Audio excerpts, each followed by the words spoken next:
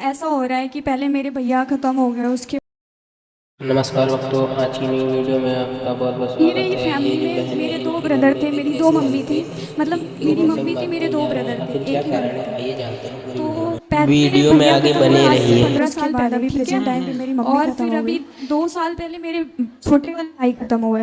उसके बाद फिर मतलब ऐसा फील ही नहीं आता है कि मतलब भगवान है इस टाइम पे। मतलब आप चाहते हैं कि कोई की मृत्यु ना हो। बात वो नहीं है, बात ये होती है कि मतलब एक टाइम होता है किसी के जाने का। ठीक है आपकी बात।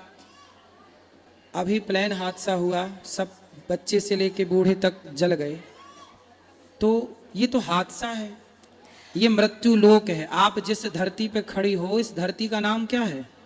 मृत्यु लोक। हर व्यक्ति अपनी उम्र लेके पैदा होता है, जितना उसको ईश्वर ने टाइम दिया है रहता है, और फिर उसको बुला लेता है अपने पास। गुरुजी वो बात तो सही है, बट पता है मैं अपनी मम्मी के बिना रह नहीं पा रही हूँ, सही कितने बताओ। साल हो गए मम्मी को गए? अभी 1 साल नहीं हुआ, अक्टूबर में 1 साल हो जाएगा। क्या हो गया था आपकी माँ को? साइलेंट अटैक था। अटैक। और पिताजी हैं आपके? जी। और भाई बहन कितने हैं आप लोग? हम पहले तो 2 भाई थे, 3 बहनें हैं। अभी प्रेजेंट टाइम पे 3 बहनें हैं बस, और पापा 2 भाई कहाँ गए? एक्सपायर हो गए। दोनों भाई, उनको क्या हो गया? बड़े वाले भैया को करंट लगी थी, छोटे वाले भैया की किडनी फेल थी। सही है, दुख का पहाड़ है ये। माँ भी चली गई, भाई भी चला गया। पिता क्या करते हैं? कुछ नहीं, अभी करीब 1 साल पहले उनका भी एक्सीडेंट हुआ था, तो उस टाइम पे उनको थोड़ा सा मेजर था, तो इसकी वजह से उनके पैर में दिक्कत है, तो चल नहीं पाते। पहले उनका बिजनेस था, अभी नहीं है। मैं अभी जॉब कर रही हूँ, मेरा ग्रेजुएशन चल रहा है। मैं मतलब ये पूछना चाह रही थी, मतलब मैं आपको काफ़ी टाइम से देखती हूँ, बट आप जो चीज़ें बोलते हो मुझे ना उस चीज़ पे है यकीन है, बट ऐसा ना जब से मेरी मम्मी गई है ना, तो मतलब ऐसा लगता है कि दुनिया में कोई चीज़ है ही नहीं। ठीक है, आप ये मान लो कुछ नहीं है, तो ये मान के भी क्या पाओगी? कुछ नहीं पाएंगे, बस एक एक क्वेश्चन था मन में, ये चीज़ चल रही थी। क्या क्वेश्चन है कि ईश्वर है कि नहीं? नहीं, ये तो है कि नहीं वाला क्वेश्चन है ही नहीं। मेरा क्या तो है? ये क्लियर है कि नहीं है, क्योंकि आप इस चीज़ को मान लीजिए, एक ही फैमिली, इतनी बड़ी दुनिया में एक ही फैमिली के ऊपर इतनी सारी चीज़ें। क्यों? अभी जो प्लेन हादसा हुआ उस समय तो उसके माता पिता 2 बच्चे थे, चारों एक्सपायर हो गए। तो ये केवल आपकी फैमिली के साथ ऐसा हुआ? आज आज ही सूचना मिली कि एक बस खाई में गिर गई, उसमें 10 लोगों की मृत्यु हो गई। परिवार तो रहा ही होगा उसमें। बेटा ये मृत्यु लोक है, मैं भी एक दिन मरूंगा, आप भी एक दिन मरेंगे, सबको मरना है। जब केदारनाथ में 2012 में, केदारनाथ में 2013 में जब केदारनाथ में आया, वहां पे पानी इत्यादि का, तो बहुत लोग मारे गए थे, आपदा थी वो। अभी यूक्रेन युद्ध चल रहा है, रसिया यूक्रेन का, कितने लोग यूक्रेन में मारे गए, परिवार के परिवार, घर के ऊपर मिसाइलें गिर गई। पाकिस्तान में और हिंदुस्तान का भी युद्ध हुआ, कितने लोग मारे गए। तो भाई ये मृत्यु लोक है। बेटा मैं आपके दुख से सहमत हूं कि दुख बहुत बड़ा है, लेकिन आप अपने दुख को लेकर ये सोचें कि नहीं ईश्वर तो है ही नहीं। चलो आप मान लो कि ईश्वर नहीं है, तो ईश्वर नहीं है ये मान के आपको क्या प्राप्त होना है, और ईश्वर है ये मान के नुकसान क्या है? चलो आप सारी जिंदगी यही मानो कि ईश्वर नहीं है। ईश्वर नहीं होता तो ये बताओ कि आपकी माँ फिर चली कहाँ गई? कहाँ चली गई? मर के आदमी जाता कहाँ है? बताओ फिर, उत्तर दो, कहाँ जाता है मर के? तुम्हारी माँ कहाँ चली गई? लोग कहते हैं कि मतलब जिस टाइम पे उनका हुआ था, तो ये चीज़ मतलब बोलते थे कि वो उनको स्वर्ग मिल गया, अब उनको इस योनि में जन्म नहीं ठीक मिलेगा। है, ये बताओ मरने के बाद आदमी कहाँ जाता है? आप अपने दिमाग से बताओ, कहाँ जाता है मरने के बाद? जहाँ तक अभी तक मैंने सुना है, यही कहा जाता है कि मतलब कि भगवान के पास चले गए। अब तो ऐसा और आपकी माँ आई कहाँ से थी? वहीं से, कहाँ से? भगवान के पास तो से। जहाँ से आई थी वहां चली गई। मैं ये अब नहीं, आप ये कह रही हो कि भगवान के घर से आई थी, भगवान के घर चली गई, और आप ये भी कह रही हो कि मैं ईश्वर को नहीं मानती। देखिए ये बात नहीं है कि मतलब भगवान के यहाँ चली गई, भगवान के यहाँ, मतलब मेरा मानना ये है, लोग ये, मैंने यही चीज़ बोली कि लोग ये कहते हैं कि मतलब कि वो भगवान के पास चली गई, भगवान के यहाँ से आई थी, बट एक ये चीज़ है ना कि बिलीव नहीं है। आपके मुझे नहीं है। आपके बिलीव करने ना करने से क्या होगा? क्या उल्लू को सूर्य नजर आता है? नहीं। तो क्या ये मान लिया जाए कि सूर्य नहीं है क्योंकि उल्लू को दिखाई नहीं पड़ता? जैसे उल्लू को सूर्य नजर नहीं आता, पर सूर्य तो है, इसी तरह अज्ञानवश कोई ईश्वर को नहीं देख पाता, वो उसके अज्ञान का दोष है। ईश्वर तो है, आप मानो ना मानो, सत्य तो है बेटा, आप स्वीकार करो या मत करो, ये सत्य है। हम मृत्यु लोक में बैठे हैं, हमें मरना पड़ेगा। आपकी माँ चली गई, भाई चले गए, ये बहुत बड़ा दुख है। हम आपके दुख में आपके साथ हैं। लेकिन आप कहो कि अब मैं ईश्वर को नहीं मानती। माँ जिंदा थी तब आप ईश्वर को मानती थी, भाई जिंदा था तब आप ईश्वर को मानती थी, अब ये चले गए तो आप ईश्वर को नहीं मानती। इसका मतलब तो ये हो गया कि आप ईश्वर की परिभाषा अपने हिसाब से तय करेंगी कि जब तक ईश्वर सब बेहतर रखेंगे तो हम ईश्वर को मान लेंगे, जब ईश्वर बेहतर नहीं रखेंगे तो हम ईश्वर को नहीं मानेंगे। ये तो परिभाषा आपने अपने हिसाब से मैनेज कर ली, जबकि परिभाषाएं हमारे हिसाब से नहीं होती। जो है वो है, आप उसे स्वीकार करो या मत करो। सुदामा इतने गरीब थे, नरसिंह मेहता का जवान बेटा मर गया, नरसिंह मेहता जी का जवान बेटा मर गया। लोगों ने कहा भाई रो लो, तुम्हारा बेटा मर गया। नरसिंह जी बोले क्यों रोले भैया, कहां से आया था? बोले ईश्वर के घर। कहां चला गया? ईश्वर के घर। जब उसकी संपत्ति उसके पास चली गई तो मेरा तो था ही नहीं। मीराबाई के पति मर गए, लोगों ने कहा मीराबाई थोड़ा रो लो। मीरा बोली क्यों रो लें? बोले आपके पति मर गए। मीराबाई बोली मैंने जिसको अपना पति बनाया वो कभी मर ही नहीं सकता, और जो मर गया वो मेरा कुछ था ही नहीं। भाई ये बताओ, हमने बेटा रिश्ते हमने बना लिया, ये हमारी माँ है, ये हमारा बाप है, ये हमारा बेटा, यही तो रिश्ते होते हैं। हम इन रिश्तों में इतने जकड़ जाते हैं कि हमें लगता है ये मेरी माँ के बिना मैं नहीं रह सकती, मैं पति के बिना नहीं रह सकती, मैं पुत्र के बिना। ये मोह है, आपने ही जबरदस्ती पकड़ रखा था। जबकि ये संसार ऐसा है, मृत्यु इतनी निर्दयी है कि वो ये नहीं देखती कि ये माँ है, कि बच्चे हैं, कि बूढ़े हैं, कि जवान है। इसलिए बेटा हमें रहना तो संसार में ही है, इसलिए संसार के नियमों का उल्लंघन नहीं कर सकते। संसार में नियम ये है कि ये सृष्टि चल रही है। आपने घड़ी पहनी है तो उसे किसी ने बनाया होगा तब तो आपने पहनी, कोई बनाने वाला होता ही नहीं तो आप घड़ी कैसे पहनती? आपने जो टी शर्ट पहनी है इसे किसी ने बनाया है कि बिना बनाए बन गई? जी किसी ने बनाया तभी तो पहने हैं। आपकी आंख है, आपकी आंखों में दिखता है, इस तरफ वाइट है, बीच में काली है पुतली, तो ये बिना बनाए बनी कि किसी ने बनाया होगा? नहीं बनाए हैं तभी तो। फिर तो जिसने बनाया है आपको वो कौन है? आप भी तो बिना बनाए नहीं बन सकती थी ना, आपको किसने बनाया है बताओ?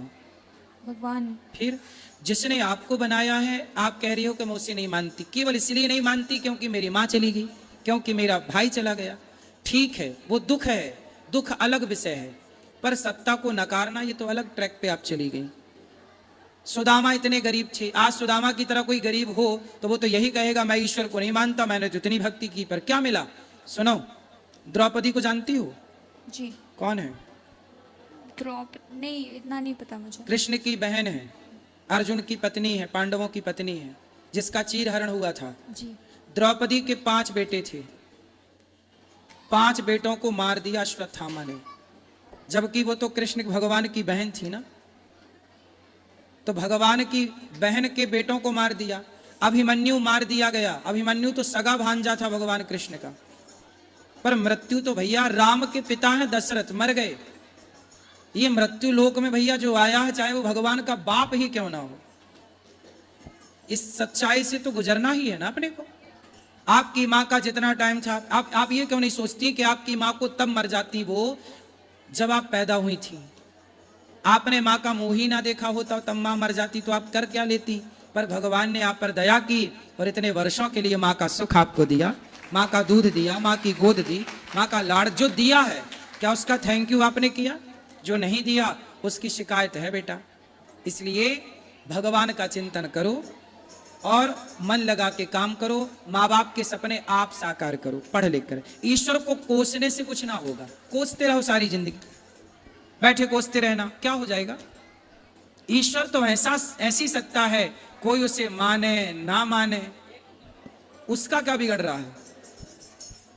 ईश्वर अपने, देखो आप ये क्यों नहीं सोचती हो, जो व्यक्ति कोई पाप करता है तो उसके पाप का दंड उसे मिलना चाहिए कि नहीं? मिलना चाहिए। मिलना चाहिए। तो बेटा कभी कोई पाप हमसे होते हैं जिस पाप के कारण हमारी माँ हमसे चली जा, हम बिना माँ के हो जाते हैं। अब जो बच्चा पैदा होती उसकी माँ मर गई, क्यों मर गई भैया? इसको माँ का प्यार नहीं मिला, मतलब इसके भाग्य में माँ का सुख था ही नहीं। क्यों नहीं था? क्योंकि इसके पिछले जन्म का कोई ऐसा कर्म रहा होगा जिस कर्म से इसकी माँ का सुख इसे नहीं मिलना था।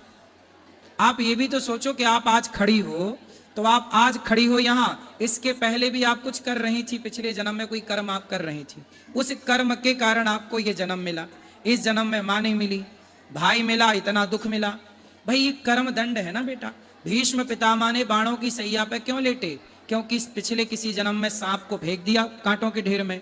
जब हम कोई पाप करते हैं तो पाप का दंड हमें तो मिलता ही है ना बेटा, दुख के रूप में। आपको दुख हो रहा है तो ये दुख क्या है?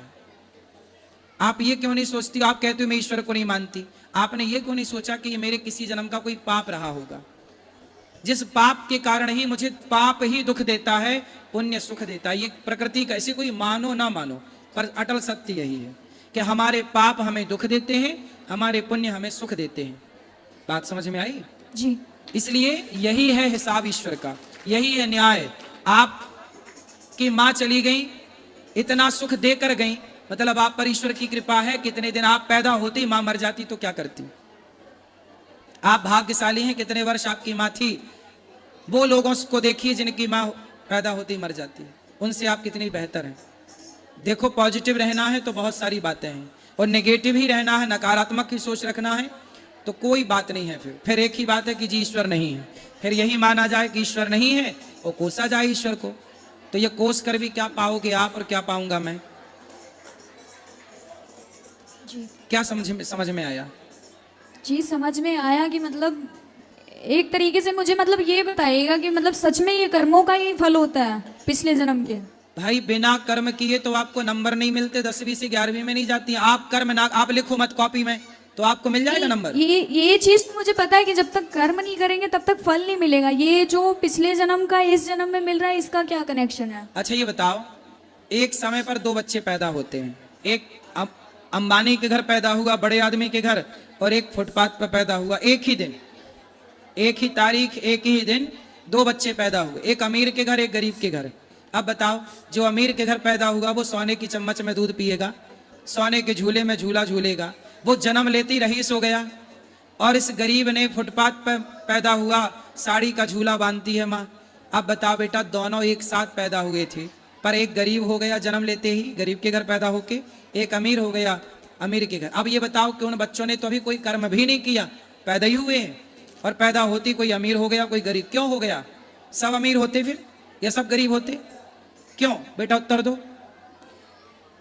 एक तरीके से कर्म ही होगा। कर्म, पिछले जन्म का जो कर्म था उसके कर्म ने उसे अमीर बना दिया, उसका जो कर्म था उसके कर्म ने उसे गरीब बना दिया। तो ये कर्मों का ही पूरा खेल है बेटा। वरना सबना बड़े घर पैदा हो, फिर कोई गरीबी ना रहे, फिर कोई भूखा क्यों मरे, फिर किसी को फोड़ा फुंसी क्यों हो, रोग, कोई अपाहिज क्यों होता है, कोई पैदा होती लंगड़ा होता है, कोई लंगड़ा है, कोई अंधा है, कोई क्यों, कोई अंधा क्यों है? पैदा तो सब माँ के पेट से हो रहे हैं ना जी। फिर कोई अंधा क्यों हो रहा है? कोई लंगड़ा लूला क्यों पैदा हो रहा है? क्योंकि वो अपने कर्म दंड भोगने आया है। ये कि तू जाएगा पर एक कदम चल नहीं पाएगा, ये कर्म दंड है बेटा। पिछला जो हम आपको आज सताएंगे, एक बात बताओ, आज हम आपको सताएं, पकड़ के मारें और पकड़ के आपको आग में डाल दें, जिंदा जलाएं और आपके साथ दुराचार कोई करे, अब बताओ जो हम आपके साथ गलत करेंगे, हम आपको सताएंगे, आपका खून बहाएंगे, तो फिर हमें सुख मिलेगा? नहीं। फिर हम आपके साथ गलत करेंगे ना बेटा, तो हमें भोगना पड़ेगा। आप कोई देखे ना देखे पर ईश्वर तो देख रहा है। इसलिए बेटा, संसार की अदालत से कोई बच सकता है, ईश्वर की अदालत से कोई नहीं बच सकता। ये ईश्वर की अदालत है। जो न्याय आपके साथ हुआ है वो ईश्वर की अदालत से हुआ है, मेरी और आपकी अदालत से नहीं। ठीक है जी। इसलिए सत्य को स्वीकार करो। समझ में आई बात? जी समझ क्या गई। समझ में आया? ये समझ गई कि मतलब जरूर उस जन्म में मैंने कुछ ऐसा किया था जो इस जन्म में मेरी मम्मी मेरे से छिन गई। हो सकता है कि ऐसा रहा होगा कि उस जन्म में